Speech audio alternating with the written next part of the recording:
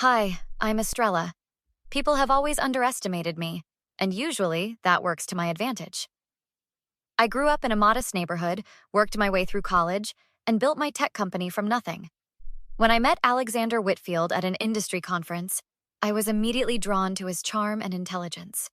6 months later, we were engaged, and I was about to meet his family for the first time at their estate. "Don't be nervous," Alex said as we drove through the imposing iron gates. "They're going to love you." I smoothed down my simple blue dress. "I hope so. You've talked about them so much, I feel like I already know them." What Alex didn't know was that his family's investment firm, Whitfield Capital, had been pursuing my company, Nexus Technologies, for months. They wanted to acquire us for our groundbreaking AI security system. I hadn't mentioned that I was the founder and CEO. I wanted Alex to love me for me, not my company's valuation. The mansion was everything Alex had described: sprawling, elegant, old money. His mother, Victoria, greeted us at the door with an air kiss. "Alexander, darling, and you must be..." "Estelle, was it?" "Estrella," I corrected with a smile. "How exotic." Victoria's gaze flicked over my dress. "Well, come in. Everyone's dying to meet you." Inside, I met Alexander's father, Richard, a stern-looking man with cold eyes, his sister Camilla, with a smile that never reached her eyes, and his brother James, who barely looked up from his phone. "So," Richard said during dinner, swirling his wine, "Alexander tells us you work in technology?" "Yes, I do." "In what capacity?" Victoria asked, cutting her food into tiny pieces. Alex jumped in. "Estrella's being modest. She's actually quite successful." "How nice," Camilla said. "Tech support must be very fulfilling." I caught the smirk she shared with her mother. "Actually..." "Father," Alex interrupted, "Estrella might have some insights about the Nexus acquisition you've been working on." Richard's eyes narrowed. "The Nexus deal is confidential, Alexander. And no offense to your fiancé, but I doubt someone at her level would have valuable input on a 9-figure acquisition." James finally looked up from his phone. "Isn't that the company with the female CEO nobody can get a meeting with? What's her name? Something Rodriguez or Martinez?" "Estrada," I said quietly. "Estrella Estrada." "Yes, that's it," James said, oblivious. "Apparently she's playing hard to get. Father's been trying to arrange a meeting for months." Victoria patted her lips with her napkin. "Well, perhaps Estrella could apply for a secretarial position once we acquire the company. We always need good support staff." The table erupted in laughter, except for Alex, who looked uncomfortable. "Excuse me," I said, pushing back from the table. Alex found me in the garden 10 minutes later. "I'm so sorry about that," he said, taking my hands. "They can be elitist sometimes, but once they get to know you..." "Alex, there's something I need to tell you," I said. "About my job." Before I could continue, his phone rang. "It's my father. I should take this." He stepped away and I heard snippets. "Tonight? But we just got here." "Yes, I understand the Nexus deal is important." When he returned, his expression had changed. "I hate to do this, but Father needs me for a business meeting tomorrow morning. We have to cut our visit short." "What meeting?" I asked. "It's about that company I mentioned. Father thinks they're close to a breakthrough. My assistant Caroline called just as we were leaving. Estrella, I need to speak with you urgently about the Whitfield proposal." "I'll call you back," I said, ending the call. Alex frowned. "Estrella, was that about..." "We need to talk," I said, "but not here." The next morning in my downtown penthouse office, Caroline laid out the files on the conference table. "The Whitfield Capital final offer just came in. $950 million, contingent on you staying with the company for 5 years. Caroline pushed her glasses up.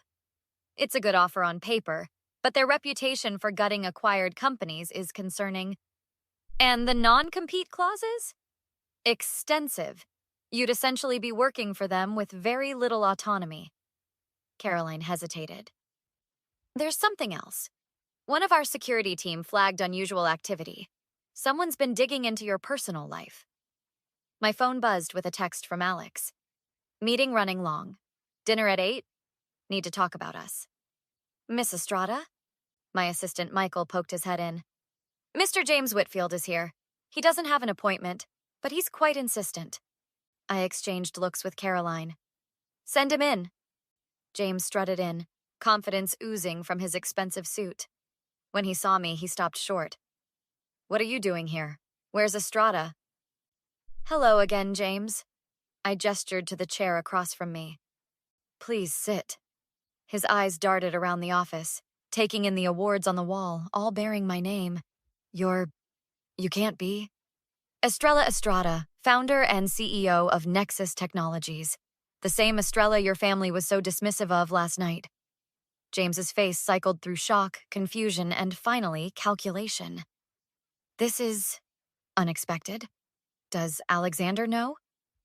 I was planning to tell him when we weren't surrounded by people calling me a secretary. James leaned forward. Look, last night was unfortunate. My parents can be old-fashioned, but this changes everything. You should come to dinner tonight. Let us make it right. Why? So your family can respect me now that you know I'm worth $950 million to you? It's not like that. We just didn't know who you were. That's exactly the problem. You shouldn't need to know who I am to treat someone with basic respect. James's expression hardened. Let's be practical. This deal makes sense for everyone. You and Alexander are already together. It's perfect synergy. Is that what your brother thinks? That I'm perfect synergy? James shifted uncomfortably. Alexander understands business. My phone buzzed again. Another text from Alex. Father's thrilled about our meeting tomorrow with the Nexus CEO. Says it will be a breakthrough. Tell me, James, was Alexander part of this acquisition strategy all along? I don't know what you mean. Did your family encourage him to pursue me once you identified me as a potential acquisition target? James stood up. I think we're getting off track here. The point is, we want to move forward with the deal. Your personal relationship with Alexander is separate. Is it? Because right now it seems very convenient. Your brother starts dating me right when your father becomes interested in my company. That's ridiculous. Alexander doesn't even know you're the CEO. So you're saying it's just coincidence? I'm saying let's talk business. $950 million is a generous offer? Caroline cleared her throat. We've had higher. James's eyes narrowed. Then why haven't you taken them? I looked at the picture on my desk, me with my team at our first product launch. Because Nexus isn't just about money for me. It's about creating something meaningful with people I trust. Trust is important in business, James agreed, his tone softening. And in families. Come to dinner tonight. Let's start fresh. I have plans with Alexander. Bring him. It will be perfect. Everyone together. No more secrets. James headed for the door, already on his phone. Father, you won't believe this. After he left, Caroline looked at me. What are you going to do? First, I need to talk to Alex. I picked up my phone. Then we'll see about dinner.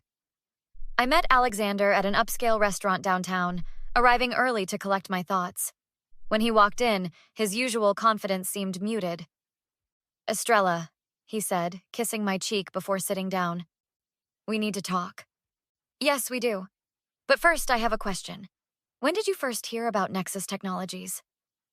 Alex looked surprised. What? I don't know, maybe a year ago? Father mentioned it at some point. Why? And when did you decide to approach me at that conference? His expression shifted subtly. I didn't decide to approach you. We met naturally. What's going on? Your brother came to my office today. James? Why would he? He was looking for Estrella Estrada, CEO of Nexus Technologies. Alex went very still. You're the CEO of Nexus? Founder and CEO. The same company your family is trying to acquire. The same company you've been discussing in your family meetings. I don't know what to say. He ran a hand through his hair. Why didn't you tell me? I wanted to be sure you were interested in me, not my company. When were you going to tell me about your family's acquisition plans? It wasn't relevant to us. Alex reached for my hand, but I pulled back. Estrella, whatever you're thinking, you're wrong. I met you because I was attracted to you. I had no idea who you were professionally. So it's pure coincidence that you started dating the CEO of a company your father has been pursuing for months? Yes. I mean, maybe subconsciously I recognized your name, but I swear that wasn't why. Your father has a meeting scheduled tomorrow with the Nexus CEO. That's me, Alex. Did you know that? No. Father just said we were close to making a deal. I thought... He trailed off, realization dawning. That's why he wanted me there. He must have just found out who you are. James called him right after leaving my office. Alex's phone buzzed. He glanced at it and grimaced. Let me guess, I said. Dinner invitation from your mother? How did you know? James suggested we all have dinner tonight. Start fresh now that they know who I am. Alex looked relieved. That's good, right? They want to make amends. Do they? Or do they want to salvage their deal? Estrella, I understand why you're upset about last night. My family was inexcusably rude, but this is a chance to start over. That's the problem, Alex. I don't want to start over with people who only respect me because of my net worth. They made a mistake. We all do. This isn't about one awkward dinner. This is about who they are, who you are. Would you have defended me if you didn't think it might jeopardize your relationship? That's not fair. Isn't it? You sat there while your family belittled me, made only the mildest objection, then left to take your father's call about my company. I didn't know it was your company, but you knew it was me they were insulting. Alex's expression hardened. So that's it? You're going to throw away everything we have over one bad night? Not just that. I'm questioning everything now. Was any of it real? Or was I just a business opportunity? You're being paranoid. My family might be obsessed with status, but I'm not them. You didn't exactly stand up to them either. Because I know how to pick my battles. If you just told me who you were. I shouldn't have to present my resume to be treated with respect, Alex. This is business, Estrella. Don't pretend you've never made compromises. Yes, I've made compromises. But I've never compromised who I am or the people I care about. Alex lowered his voice. Look, let's not make hasty decisions. Come to dinner. Hear them out. The deal makes sense for everyone. I'm not interested in any deal with your family. Not personally, not professionally. You're being emotional. This is a $950 million offer. And that's exactly why I'm walking away. Because to your family, and apparently to you, that's all I am. A price tag. I stood up, placing my engagement ring on the table. I think we're done here. The news of me walking away from the Whitfield deal and engagement broke the next morning. My phone hadn't stopped ringing since. Estrella, Caroline said, entering my office with more coffee. Whitfield Capital stock is down 12%. Richard Whitfield has requested an emergency meeting. Decline. Also, 3 other potential partners have reached out with improved offers since the news broke. And, she hesitated. Alexander has called 6 times. Block his number. What about the team meeting? Everyone's waiting in the conference room. I found my leadership team, 5 people who had been with me since we worked out of my garage, looking concerned. Is it true? Asked Miguel, my CTO. You turned down Whitfield's offer because they insulted you? No, I said, taking my seat. I turned them down because they demonstrated values incompatible with ours. But $950 million, said Layla, our marketing director. That's life-changing money for everyone with stock options. Which is why I've called this meeting. I distributed folders. This is our new direction. We're taking the company public instead. An IPO? Miguel leafed through the documents. That's a longer road, but potentially more rewarding, added Darius, our CFO. Initial projections put our valuation well above Whitfield's offer if we execute properly. It's also riskier, Layla noted. The market is volatile. Life is risky, I said. But I believe in what we've built together. More importantly, I believe in who we are together. Whitfield wanted to absorb us, replace our culture with theirs. I won't let that happen. My assistant Michael entered with a concerned expression. Miss Estrada, Victoria Whitfield is here. She's quite insistent. I looked at my team. Thoughts? Hear her out, suggested Darius. Make her wait, countered Layla. Your call, boss, said Miguel. But whatever happened, we're with you. I nodded to Michael. 5 minutes, in my office. Victoria Whitfield looked less polished than at dinner, her expression anxious rather than condescending. Mrs. Whitfield, I said, remaining seated at my desk. What can I do for you? You can stop this foolishness and reconsider our offer. Her voice lacked its previous frosty tone. This rebellion is costing everyone money. It's not a rebellion, it's a business decision. Based on personal feelings, one uncomfortable dinner shouldn't derail a deal of this magnitude. That dinner simply confirmed what I suspected about Whitfield's corporate culture. It's not compatible with mine. Corporate culture? Victoria scoffed. Let's be honest. This is about Alexander, isn't it? He told us everything. Did he?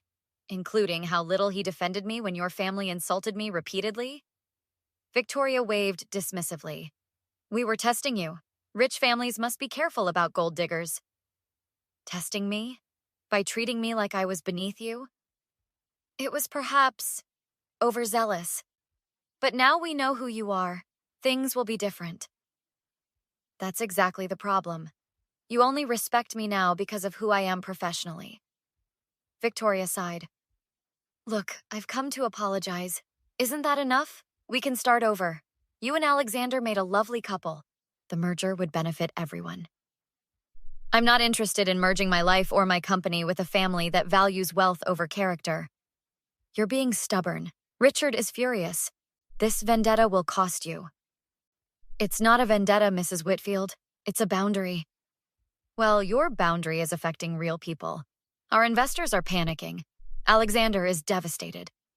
I'm sorry to hear that, but my decision is final. Victoria stood, her composure cracking. You'll regret this.